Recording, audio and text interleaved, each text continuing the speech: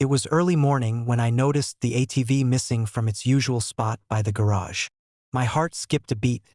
Karen from the HOA had struck again, this time taking matters into her own hands by driving off in my ATV, apparently believing she could assert control over my property and its equipment. I rushed outside just as she roared down the driveway, laughing, oblivious to the fact that the ATV was anything but ordinary. It wasn't just a vehicle.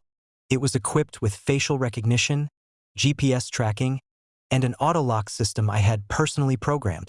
The moment she mounted it, the vehicle identified her as an unauthorized user and immediately engaged lockdown protocols. Karen pressed the accelerator, trying to speed off, but the ATV refused to move more than a few feet. A digital panel lit up, displaying a message: "Unauthorized user detected, vehicle locked." She pounded on the handlebars in frustration. What is this?" she shouted, panicked.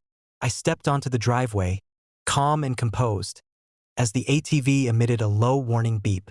"Karen," I said, my voice steady, "you've just made a critical error. This isn't just my vehicle. It's programmed to prevent theft, track intruders, and notify me immediately of any unauthorized use. And, of course, it recognizes you perfectly." Her eyes widened in disbelief as she realized she couldn't move the ATV, couldn't escape, and was effectively trapped on my property. I just wanted to take what isn't yours," I finished for her, shaking my head. "Trespassing and theft don't work the way you think on my ranch. Every move you make is being tracked, and every action has consequences." I tapped a few keys on my phone, and the ATV began playing a loud, recorded message. "Unauthorized use detected. Please remain calm until authorities arrive." Karen shrieked in frustration, hopping off the vehicle and trying to run. But the bulls in the nearby pasture had already noticed the disturbance. A low rumble of hooves and snorts echoed across the field, reminding her of the real power protecting this land.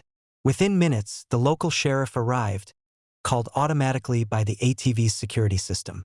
Karen was cornered, humiliated, and entirely at my mercy. She tried to argue, but the authorities had the logs, the facial recognition records, and the automated alerts. There was no room for denial or excuses. Trespassing, attempted theft, and reckless behavior were all documented and irrefutable. I calmly watched as the sheriff escorted her off the property, muttering complaints about overreaction and technology being unfair. Meanwhile, I checked the ATV systems, confirming that everything was secure, logged, and fully operational. Not a single detail had been compromised. Later, I submitted a formal report to the HOA and the local authorities, including the ATV logs, GPS tracking data, and the security alerts that documented every moment of her failed attempt. Karen was officially banned from my property, and the HOA's attempts to defend her were swiftly shut down. Her credibility in the neighborhood was now non-existent. By evening, the ranch returned to peace.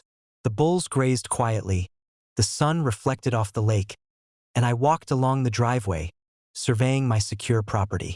Karen had once again underestimated both the technology and the preparation I had put in place. As night fell, the stars reflected off the lake, and the ranch settled into calm. The lesson had been delivered.